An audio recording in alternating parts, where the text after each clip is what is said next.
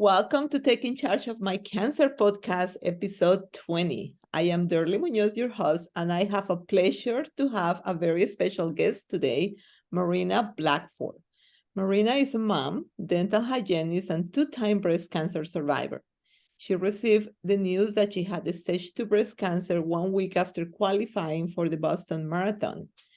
She will have 16 chemotherapy infusions and a double mastectomy surgery and still run the Boston Marathon as a cancer survivor that next year. That's amazing, Marina. It's amazing. Thank you. 5 years later, she will start her YouTube channel to pay forward tips to other cancer fighters. During that time, she will be diagnosed with breast cancer again. What could have been the worst time of her life was turned out with her will to fight and live well each time. She documented her journey and tips for other cancer fighters and survivors, including a viral "What I Wish I Knew Before Starting Chemo" YouTube video. You can find her traveling with her family, being active, and live streaming with her YouTube community. So thank you so much for doing this. And Yes, you're amazing. It's like when I was reading your bio, I'm like, oh my God, she went through all this and did a Boston Marathon. So just right then is telling me that no matter what happened to you, nothing is going to stop you when you really work hard for what you want to do, right? yes. Absolutely. So you want to tell us a little bit about you? So with your journey a little bit. Yes, yeah. I was young, I was 31 when I was training to qualify for the Boston Marathon. And I had tried for 3 years because it's very hard to do. 2 years and failed, and I was on my third year, and I was just so determined. And I was able to do it. It's a huge feat in the running world. And 1 week later, I would have a biopsy that came back positive for breast cancer. So it was the highest and the lowest point in my life in like a week span, Wow. at that time.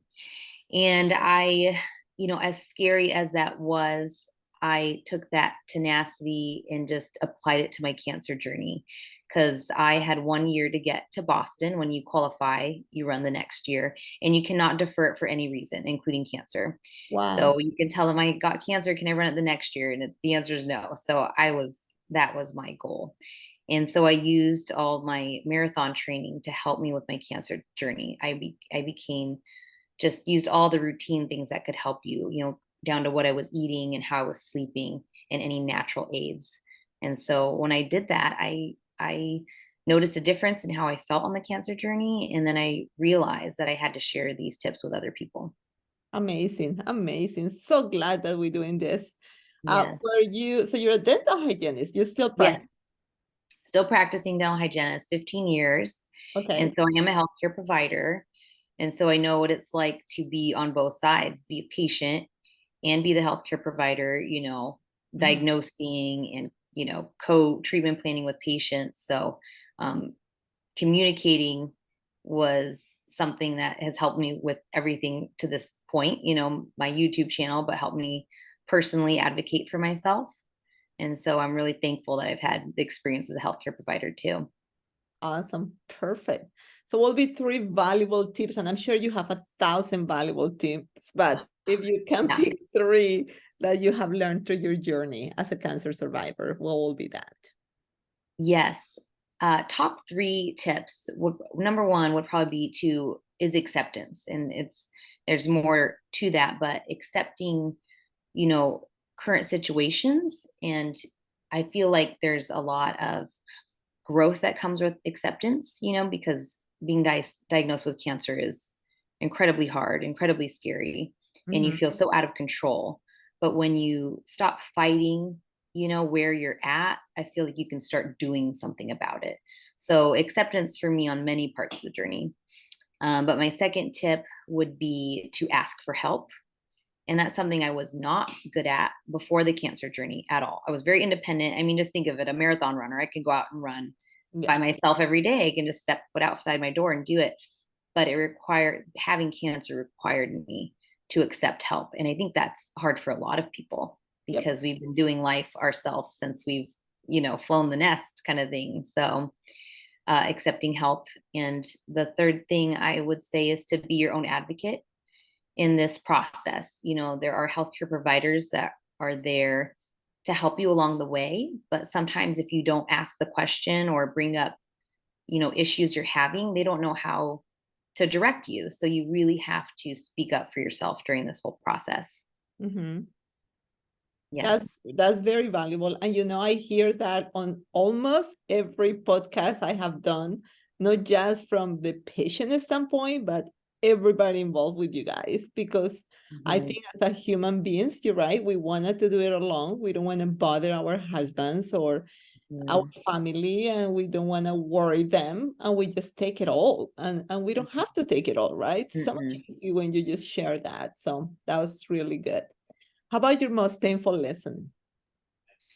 My most painful lesson, well, that goes back to my tip, and I'll elaborate on that. But the acceptance part, because I feel like I deal with that still as a survivor, and it's what I talk about a lot on my YouTube channel, is accepting in the process. A lot of times we're constantly fighting to say, like, my body doesn't feel the way it used to, or, my hair doesn't look the way it used to. These are very, it seems very external, but to a cancer fighter and survivor, they're very personal, our body, our hair, our energy. Mm-hmm. And so accepting that this is where I'm at right now, again, it can release a lot of the anxiety that surrounds being a cancer fighter and survivor. And it's one of my missions, is what I would say too, for my channel, is really to empower people. And so again, it's if we can accept that this is where I'm at right now, it doesn't mean where I'm going to be forever, then we can give ourselves power to know that we can do something about it and that we can heal from it. And so that was one of my painful lessons, is just is accepting that, right now I might not be where I want to be, but that with time and doing things to help myself, Yep. I can really thrive eventually. So I think that's a painful lesson for a lot of people. We really, really fight, that I don't want to have cancer. I don't want to lose my hair. I want my energy back now. And it's, if you really think about it, it's not a very natural way of being. It creates anxiety that we Yep. should release. Yep. Yeah. Absolutely. That was great. Is anything that you have that will be another value for our audience? Yes, another value. Oh gosh, there's so many things. But what I've created on my YouTube channel is community. And I think that goes back to asking for help in many ways. I'm reminding people to ask for help, but being a part of a community where people can understand what you're going through and support you, I think it's really important. So some cancer centers have cancer support groups that you can find. Mhm. You can also find me on my YouTube channel, and I do 2 live streams a month where I welcome people to come on and they share their, concerns and their accomplishments. And it just gives a real sense of community to a very hard time in some people's lives. Mhm. Excellent. And Yeah. thank you for doing that, because I think that again goes back into the more people can hear from other people. Now, sometimes you gotta be a little extra careful, right? Sometimes you Yes. hear a lot of negative things on those Yeah. support groups, and then just scare you more, right? It's like, oh my God, I'm Hmm. not gonna do this. And sometimes I have see patients that they make decisions based on what other people experience was, and that's Hmm. not necessarily a good thing. So it's good for you to hear as well the positive things, right? And not everybody is the same. You are not going to react to chemo the same way that somebody else does. You are not going to have the same effects that somebody else have. So you just have to really kind of like adapt to your own journey and try to modify things as you go, right? So it's important to really pay attention and not necessarily like make decision based on what other experience of other people are without a good medical advice. So I think that's important. So true. Such a good point. Yes. And so that's why I love listening to your podcast. I listened to a couple episodes already, and they're Uh-huh. healthcare professionals. They're getting a very research based opinion. It was very valuable for me. And then, yes, on my community, on my YouTube, again, me being a healthcare provider, I'm very cautious about how I'm directing people. I'm not going to tell you to do something because I'm not a doctor, but Mhm. I can tell you what's possible. And all the tips I provide have all been research based. And I usually link them in the description of the videos. So, Perfect. yes, I Perfect. agree. You don't want to go down the rabbit holes that the internet can provide sometimes. But And that's also why I created my channel, because I felt like I was looking for something like this, especially Mhm. somebody that was young and active when I was Yep. diagnosed. Yep. I wanted to see what was possible and not all the, you know, all the worst case scenarios of the journey. So I tried to create that, and I think it provides inspiration and hope to a lot of people. Absolutely. And that's for sure. Um, how come you kind of already mentioned about your YouTube channel, and I will put a specific like the name and all that on the podcast description, but how can people find you? Yes, that's the best way right now. You can go straight to YouTube and just type in my name, Marina Blackford. And on my channel, you'll see community posts as to when the lives are. I Okay. continue to do a vlog and usually a tip video once a month. So the last one I just did was chemo hair. So tips on when you're going to lose it and when you're growing it back, things that worked for me and other stuff I found that worked for people. So that's Okay. the best way. I'm also on Instagram at Marina Blackford. And I'm working on my life coach certification now so that I can work more one-on-one, and also really I think I'm going to take that to a group coaching as well. And so That's that'll be a, coming soon. awesome. That's awesome. How about three books that you would recommend to our audience? Yes, I loved this one. I admit I don't get time to read as many books as I used to. I'm a mom to two young kids, but I read a couple recently. One by Jen Sincero, and you have to excuse the title, but it's "You Are a Badass." And That's I was good. gifted this book from a friend, and I remember the title actually kind of threw me off because I'm like, oh, I already feel like I'm I giving am. advice. Fine, yeah, I guess so. I am. I have a planner, of course I am. But reading her book was such an easy, fun read, but truly motivating, and I highly recommend it for anybody. It's literally like a life coach in your pocket. And Okay. so it's a great book. It's a New York Times bestseller.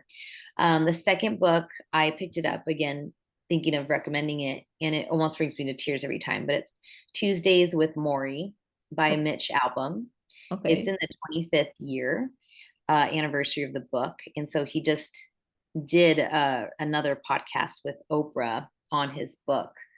But it's fantastic. Mitch Albom is a sports journalist turned writer, and he saw that his college professor was dying, and he was well known, so it made the news, and so he, had lost touch with him. So he gets back in touch with him, and he visits him every Tuesday, and he wrote a book about visiting him and all the things that Maury had to share. Oh, And wow. Maury, being a professor, just had a very unique way of educating people on the life of a dying man, and it is written so well. It is just a beautiful book. And so Tuesdays with Maureen. Okay, Yeah. nice. The next book I thought of, it's been a while since I've read it, but it was good for me during my journey, was Every Day I Fight by Stuart Scott. This was gifted to me during my cancer journey, and Stuart Scott was a well-known sports center anchor, and he had I believe, a cancer of his appendix, and so he would succumb to his cancer after the book. But his writing is really powerful for what the journey can do for us, which is, he's driving in a car with his teenage daughter and her friends and just taking them somewhere. And most parents wouldn't take in this moment, but when you have been told you have cancer, you absorb everything differently. Yep. And so his perspective on on his cancer journey was amazing. So it's called Every Day I Fight. Nice. Very nice. How about movies? Movies, yes. Oh, one came immediately to mind. It came out on Netflix last year. It's called The Swimmers. And I Okay. just looked, it's still on there. This had a 4-minute standing ovation at the Toronto Film Festival.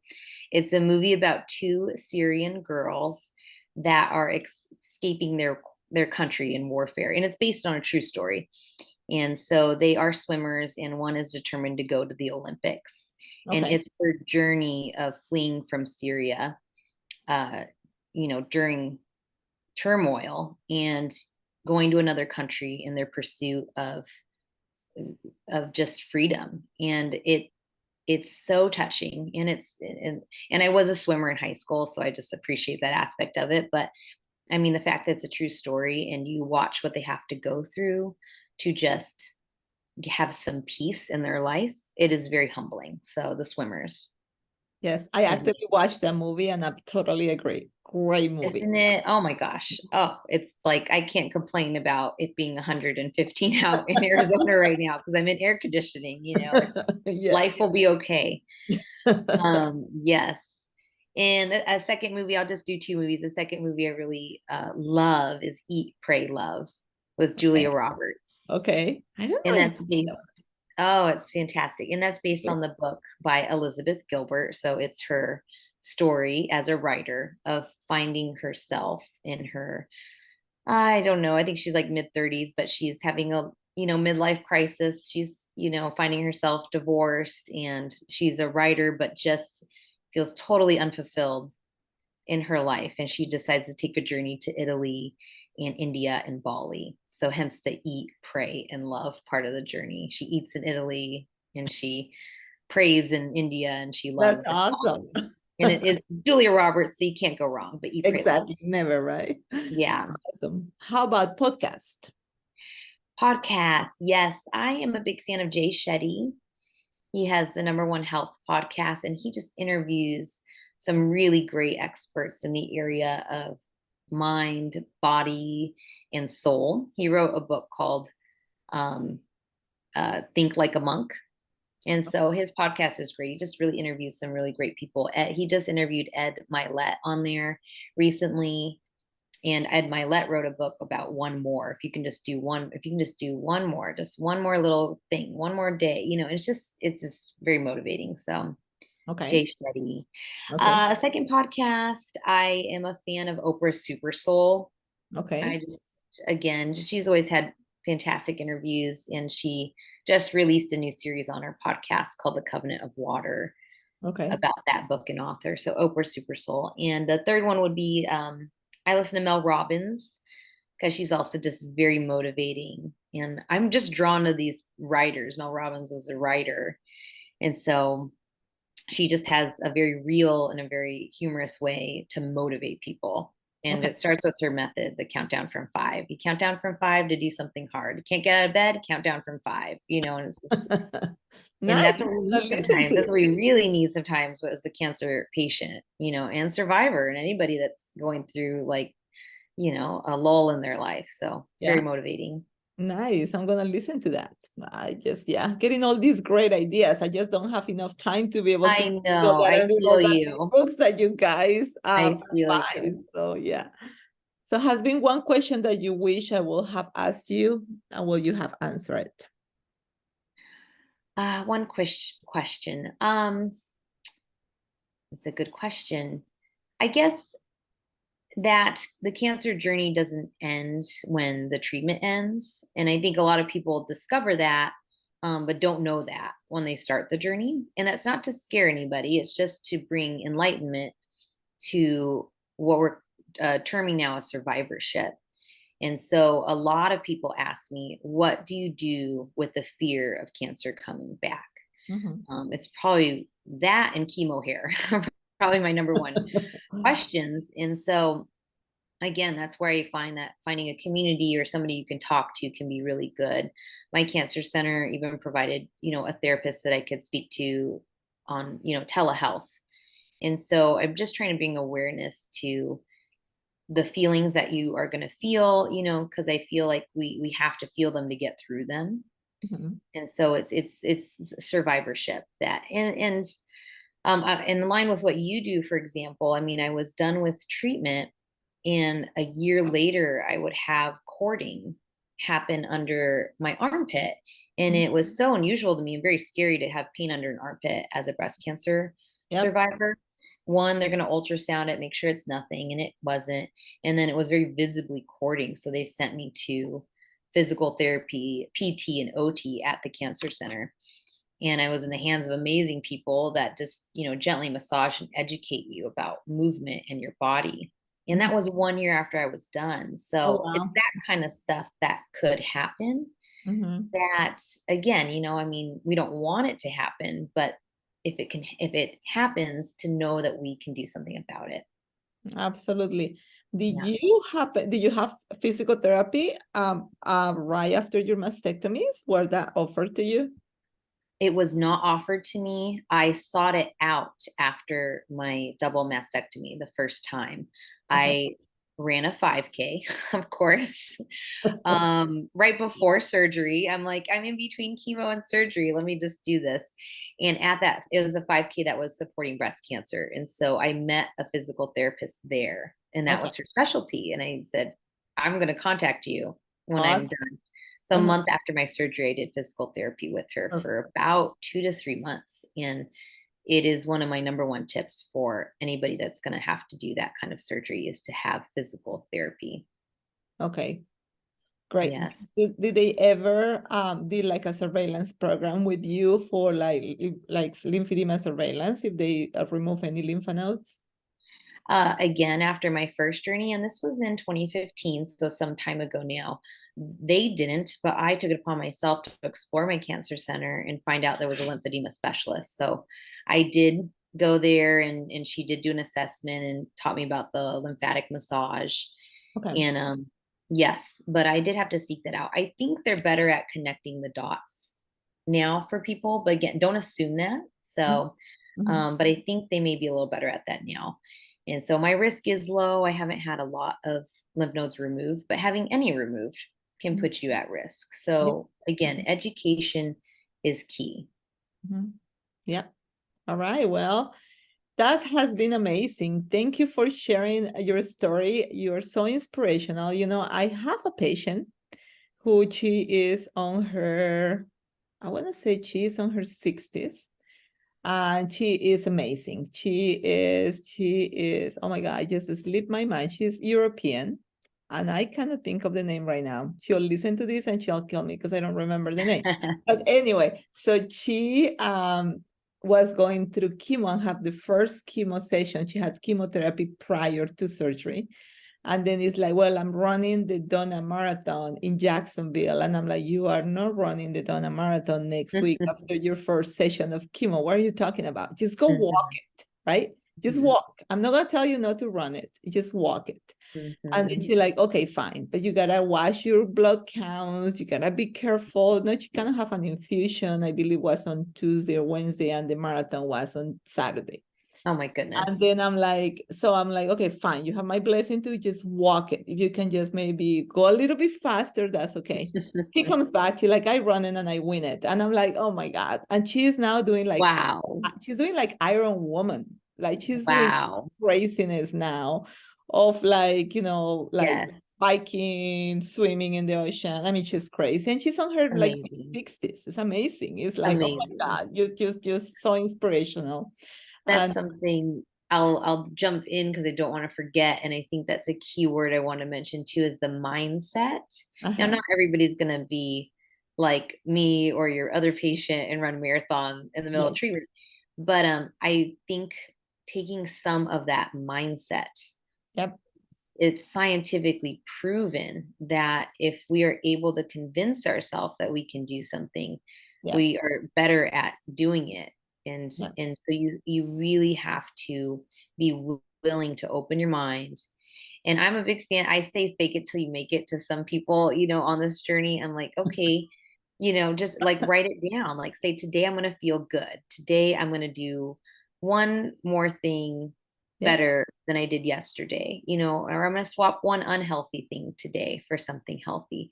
It's the little things that add up. And if we are constantly saying, no, I can't, I can't, I won't, then you're not going to. So you have to be willing to try. Yep, absolutely. Absolutely. Well, that has been so amazing. Thank you so much for doing this with me. Thank I will you. continue following your beautiful journey and Thank sending you. patients to your way, because I think that, you know, sometimes, you know, a lot of the people I work with is like, okay, like how you know that I'm going through this if you never had breast cancer before or any other kind of cancer. But I think that you guys bring such a great value of like, just go listen to this, go, you know, do this, read this book, do all those things that are going to be really very helpful, get into support groups, all those things. So we can just kind of get you through this journey. So I really So appreciate what you're wonderful. doing. I appreciate you so much. Thank you. Thank you so much. You have a great evening. Thank you, dearly.